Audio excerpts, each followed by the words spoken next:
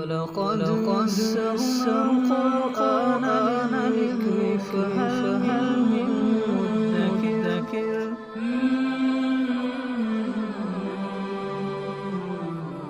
سورۃ النساء آیت نمبر 95۔ اعوذ باللہ من الشیطان الرجیم، بسم اللہ الرحمن الرحیم۔ لا يستوی القاعدون من المؤمنین غیر اولی الضرر والمجاہدون فی سبیل اللہ باموالہم وانفسہم، فضل اللہ المجاہدین باموالہم وانفسہم علی القاعدین درجہ وکلا وعد اللہ الحسنی وفضل اللہ المجاہدین علی القاعدین اجرا عظیما۔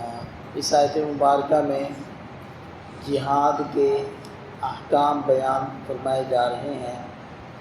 دیکھیں، جہاد عام حالات میں اس کا درجہ فرض کفایہ کا ہوتا ہے۔ فرض کفایہ کا مطلب ہے کہ اگر اتنا بڑا طبقہ، اتنی بڑی جماعت موجود ہے کہ وہ کفایت کرتی ہے، تو پھر صرف وہی جماعت جہاد کرے گی، بقیہ مسلمانوں پر جہاد فرض عین نہیں ہوتا۔ لیکن اگر وہ جمعیت اگر کفایت نہ کرے تو پھر جہاں جہاد ہو رہا ہے اس کے قریب والے لوگوں پر جہاد فرض عین ہو جاتا ہے، اور اگر وہ قریب والوں کے بھی شامل ہونے سے کفایت نہ ہو تو پھر اس سے جو قریب ہے ان کے اوپر فرض عین ہوتا ہے، اور پھر اسی طرح درجہ بدرجہ سب مسلمانوں کے اوپر وہ جہاد فرض ہوتا چلا جاتا ہے۔ تو یہاں جو اس آیت مبارکہ میں احکام بیان ہو رہے ہیں وہ فرض کفایہ کے احکام بیان ہو رہے ہیں۔ تو ارشاد فرمایا کہ لا یستوی القاعدون من المؤمنین غیر اولی الضرر، کہ ایمان والوں میں سے جو بغیر کسی عذر کے اللہ کے راستے میں جہاد سے بیٹھ جانے والے ہیں، قاعدون بیٹھنے والے ہیں، یعنی جہاد میں شرکت نہیں کر رہے، وہ برابر نہیں ان لوگوں کے جو اللہ کے راستے میں اپنے اموال اور اپنی جانوں کے ذریعے سے جہاد کر رہے ہیں، ان لوگوں کے برابر نہیں۔ فضل اللہ المجاہدین باموالہم وانفسہم، اللہ تعالیٰ نے ان لوگوں کو فضیلت دی ہے جو اپنے اموال اور اپنی جانوں کے ذریعے سے اللہ کے راستے میں جہاد کرتے ہیں، ان لوگوں پر جو بیٹھے ہوئے ہیں یعنی کہ جہاد میں نہیں جا رہے، درجہ ایک درجے کی فضیلت دی۔ وَكُلًّا وَعَدَ اللَّهُ الْحُسْنَىٰ، اور اللہ تعالیٰ نے سب سے ہی جنت کا وعدہ کیا ہے۔ حسنہ سے مراد جنت۔ تو دیکھیں کہ جنت کا وعدہ سب سے ہی ہے، جو شریک ہو رہے ہیں ان سے بھی ہے، جو شریک نہیں ہو رہے ان سے بھی ہے۔ ظاہر بات ہے یہ وہی کیفیت ہے، یہ وہی صورتحال ہے کہ جب فرض عین نہیں ہے، اور جب فرض عین ہوگا تو پھر ظاہری بات ہے سب کے لیے شرکت لازمی اور ضروری ہوگی۔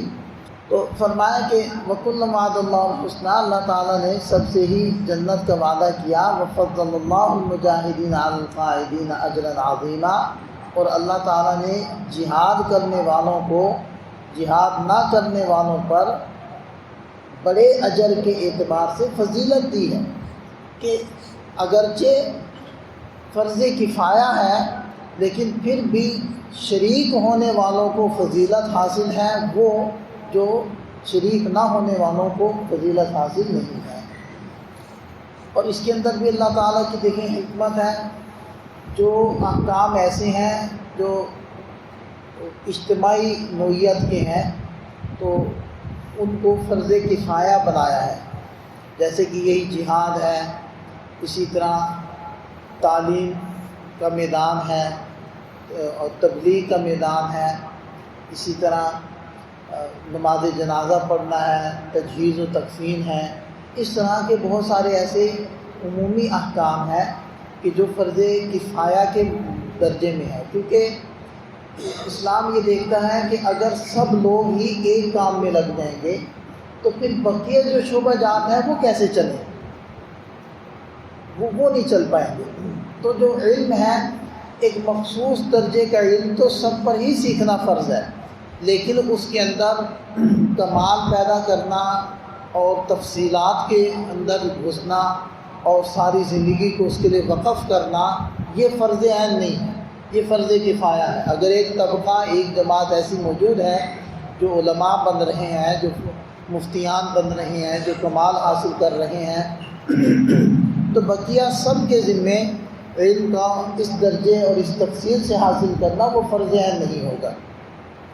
اسی طرح بقیہ کام بھی ہیں، لیکن بہرحال جو اس کام کو کر رہا ہے اس کا درجہ وہ بڑا ہوا ہے، کیونکہ اس نے اپنے آپ کو اس کام کے لیے وقف کیا ہے۔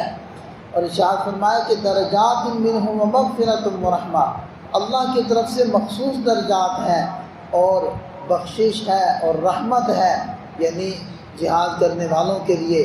وکان اللہ غفورا رحیما، اور اللہ تعالیٰ بخشنے والے مہربان ہیں۔ تو اگرچہ ایک مخصوص طبقہ ہی ایک کام کو کر رہا ہوگا، لیکن شوق اور جذبہ دین کے تمام شعبہ جات کا وہ ہر ایک کے دل میں ہونا چاہیے۔